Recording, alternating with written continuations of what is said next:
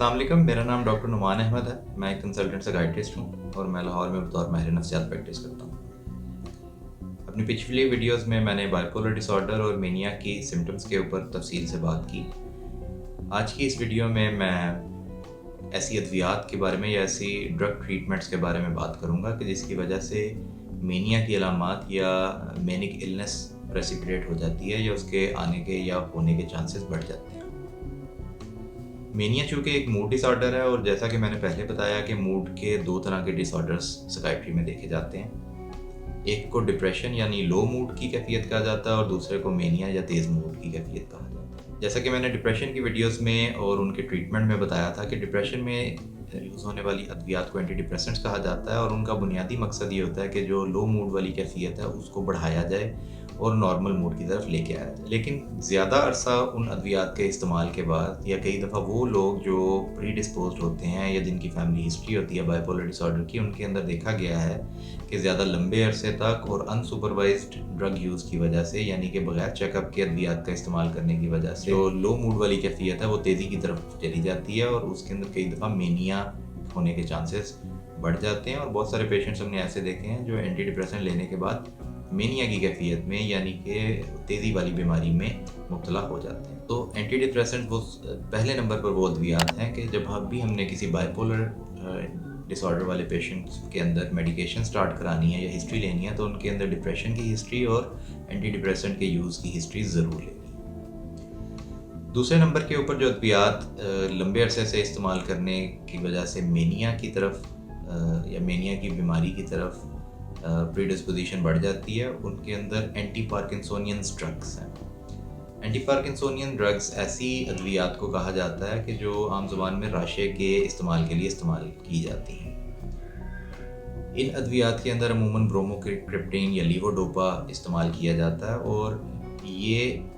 अद्वियात जो जहन के अंदर डोपामीन के लेवल्स हैं क्योंकि उनको बढ़ाती हैं इसलिए मेनिया या मेनिक इलनेस को प्रेसिपिटेट कर सकती हैं।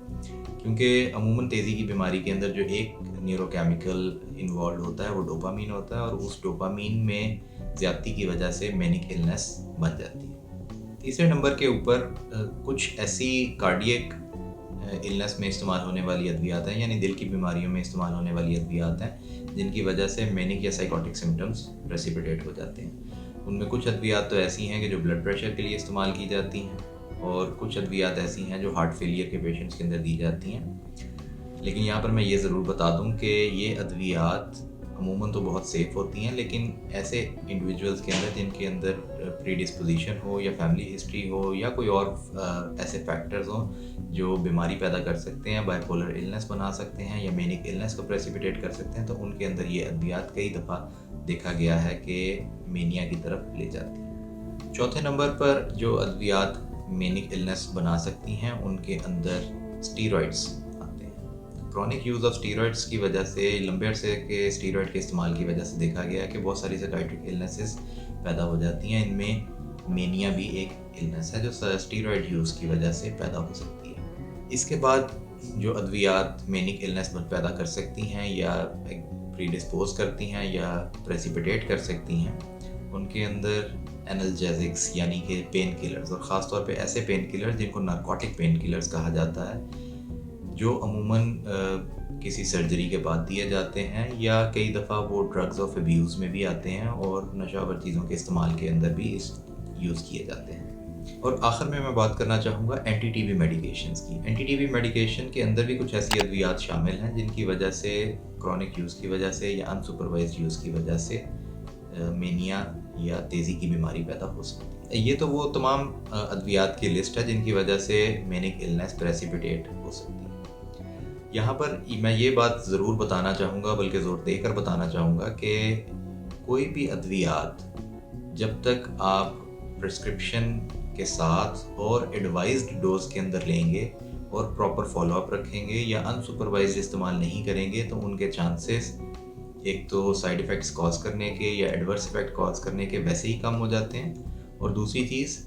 अगर रूटीन चेकअप किसी भी बीमारी का किसी भी डॉक्टर के साथ किया जाए तो उनके अंदर यही चीज़ें देखने वाली होती हैं कि अगर कोई अद्वियात यूज़ की जा रही हैं تو ان کے سائیڈ ایفیکٹ پروفائلز کیا ہیں یا ان کے ایڈورس ایفیکٹس کیا آتے ہیں، اور ان ایڈورس ایفیکٹس کو اگر خدا نخواستہ کوئی آ رہے ہیں تو ان کو مینیج کیسے کیا جا سکتا ہے۔ عموماً جب بھی اس طرح کی انفارمیشن دی جاتی ہے تو پیشنٹس کا یا ان کے ریلیٹیوز کا اگلا سوال یہ ہوتا ہے کہ ڈاکٹر صاحب پھر ہم دوائی چھوڑ دیں دوسری والی؟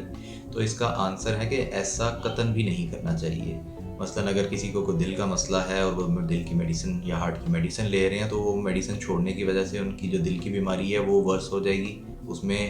زیادتی آ جائے گی۔ اسی طرح اگر کسی کو ٹی بی ہے اور وہ اس کی دوائی لے رہے ہیں اور ادویات چھوڑ دیں گے تو ٹی بی دوبارہ ہونے کا خطرہ ہے، اور جب دوبارہ کوئی بھی بیماری ہوتی ہے، کسی بھی بیماری کے اندر جب بیماری ایک دفعہ ٹھیک ہو جاتی ہے یا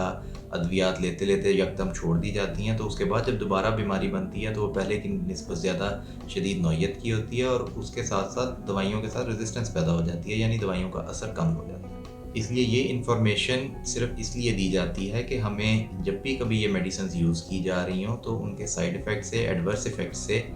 محتاط رہنا چاہیے، اور کبھی بھی کوئی اس طرح کی تبدیلی محسوس کریں تو فوراً ڈاکٹر کو، اپنے جو کنسلٹنگ ڈاکٹر ہیں ان سے رابطہ کرنا چاہیے تاکہ اس چیز کو ارلیسٹ پاسبل ٹائم پہ مینیج کیا جا سکے اور بیماری کی شدت میں اضافہ نہ ہو سکے۔ میں امید کرتا ہوں کہ یہ ویڈیو آپ کے لیے مفید ثابت ہوگی۔ نیکسٹ ٹائم ایک نئی ویڈیو کے ساتھ آپ کے سامنے دوبارہ پیش ہوں گا، تب تک کے لیے اللہ حافظ۔